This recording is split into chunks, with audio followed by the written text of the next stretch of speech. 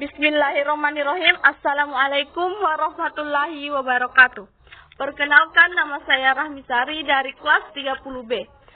Tujuan saya di sini yaitu untuk memaparkan materi tentang paragraf.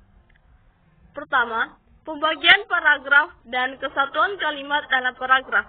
Pengertian paragraf secara umum.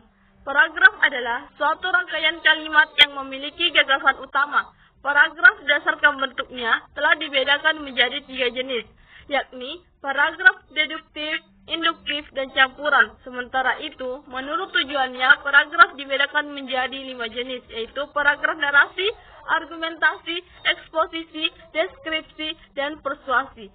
Paragraf dibuat dengan mengembangkan sebuah gagasan utama. Paragraf terhimpun atas beberapa kalimat yang bertautan, membentuk suatu ide atau gagasan. Pengertian paragraf menurut Kamus Besar Bahasa Indonesia adalah bagian bab dalam suatu karangan yang biasanya mengandung satu ide pokok dan penulisannya dimulai dengan garis baru.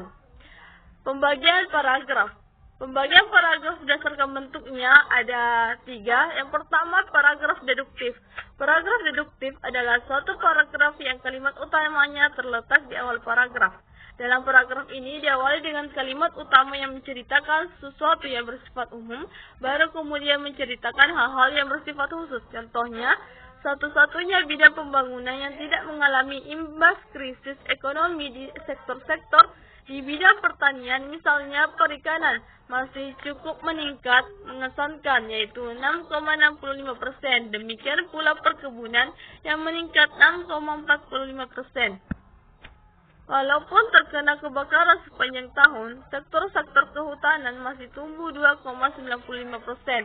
Secara umum, kontribusi dari sektor-sektor pertanian terhadap produk domestik bruto meningkat dari 18,7% menjadi 18,4%, padahal selama 30 tahun terakhir. Yang kedua, paragraf induktif. Paragraf induktif adalah suatu paragraf yang kalimat utamanya terletak pada akhir paragraf. Kalimat tersebut pada umumnya berisi sebuah kesimpulan dari gagasan-gagasan penjelas yang telah diuraikan. Contohnya, bagi Indonesia maupun di negara sendiri, si Chan tidak dianggap sebagai role model yang baik buat anak-anak. Protes pun bermunculan. Ruang surat pembaca di koran-koran dipenuhi dengan keberatan para orang tua terhadap komik yang laris manis itu. Umumnya, surat itu datang dari kalangan ibu. Menurut mereka, dalam suratnya, kelakuan negatif si Chan ternyata diikuti oleh anak-anak si Chan. Di mata para orang tua di Indonesia adalah setan kecil penyebar virus. Yang ketiga, paragraf campuran, deduktif, induktif. Paragraf campuran adalah suatu paragraf yang gagasan utamanya berada pada awal kalimat pertama dan kalimat terakhir. Tetapi bisa juga dikatakan bahwa paragraf campuran adalah sebuah paragraf yang dimulai dengan mengemukakan kalimat utama dan diakhiri pula dengan kalimat utama.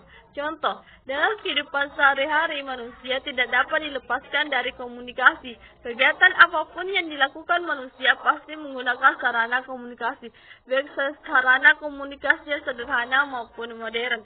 Kebudayaan dan peradaban manusia tidak akan bisa maju seperti sekarang ini tanpa adanya sarana komunikasi. Jenis-jenis paragraf menurut tujuannya. Yang pertama, paragraf narasi. Paragraf narasi adalah suatu paragraf yang isinya menceritakan suatu kejadian tertentu yang telah disusun secara berurutan. Adanya paragraf ini berfungsi sebagai penghibur bagi yang pembacanya. Ciri-ciri dari paragraf narasi diantaranya: pertama, adanya tokoh, konflik, dan setting atau tempat. Kedua, adanya alur cerita yang disampaikan secara berurutan. Ketiga, terdapat sudut pandang. Contoh paragraf narasi: suatu ketika aku sedang berjalan menuju sekolah, aku melihat Rani yang sedang asik berjalan dengan sangat tergesa-gesa.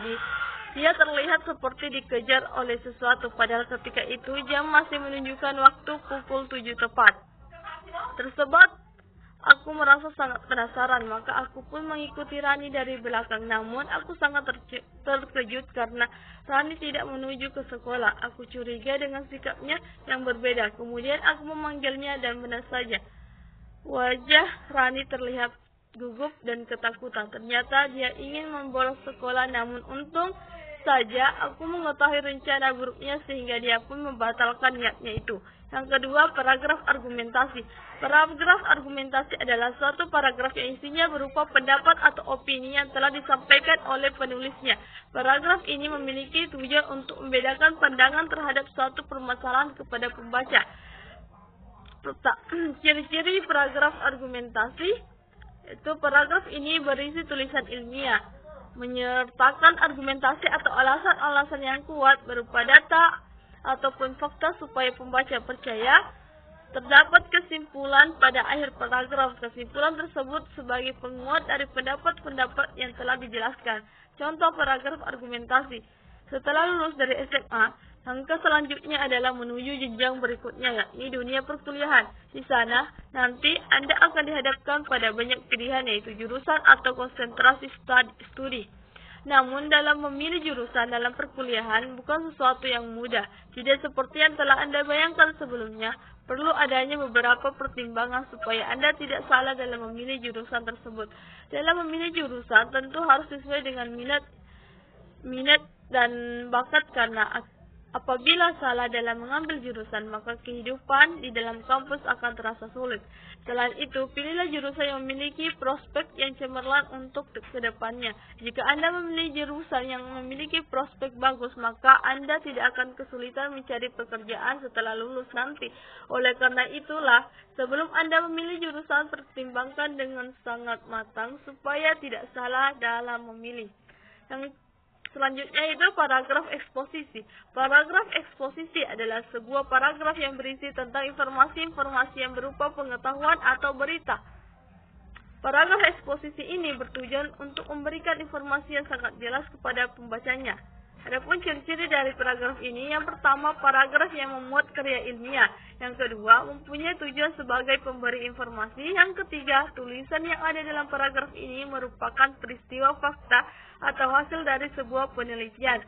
Yang keempat, menyertakan sumber berupa data seperti gambar, buku, rujukan, grafik, peta, dan sumber-sumber lain yang relevan. Kelima, tidak mempengaruhi pembaca. Contoh paragraf eksposisi. Susu merupakan salah satu minuman yang memiliki manfaat bagi tubuh. Hal itu disebabkan karena susu banyak mengandung vitamin dan mineral yang memang sangat berguna. Selanjutnya, paragraf deskripsi. Paragraf ini adalah sebuah paragraf yang berisi tentang gambaran-gambaran suatu benda atau objek. Paragraf deskripsi ini memiliki tujuan untuk memberikan gambaran secara jelas tentang suatu benda atau objek, seakan-akan pembaca telah merasakan seperti melihat sendiri objek tersebut. Ciri-ciri dari paragraf deskripsi yaitu, pertama, paragraf ini berisi tentang penggambaran suatu benda, objek yang melibatkan panca indera seperti bentuk, rasa, suara, warna, dan masih banyak lagi. Yang kedua, menggambar objek yang sangat jelas.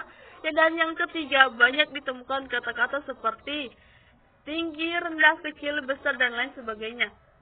Contoh paragraf dari paragraf deskripsi yaitu, tempat tinggalku tidak terlalu besar, rumahku hanya memiliki luas sekitar 98 meter pangkat 2.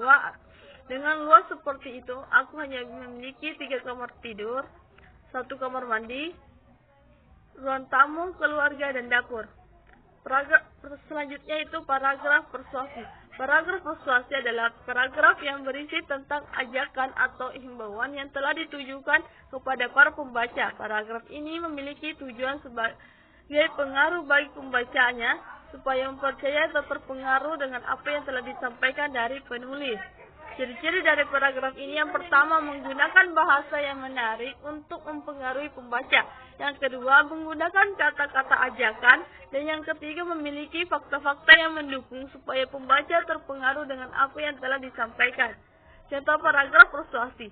Tempat yang kumuh merupakan sebuah tempat yang menjadi sarang penyakit sebab banyaknya kuman dan bakteri dapat menimbulkan penyakit.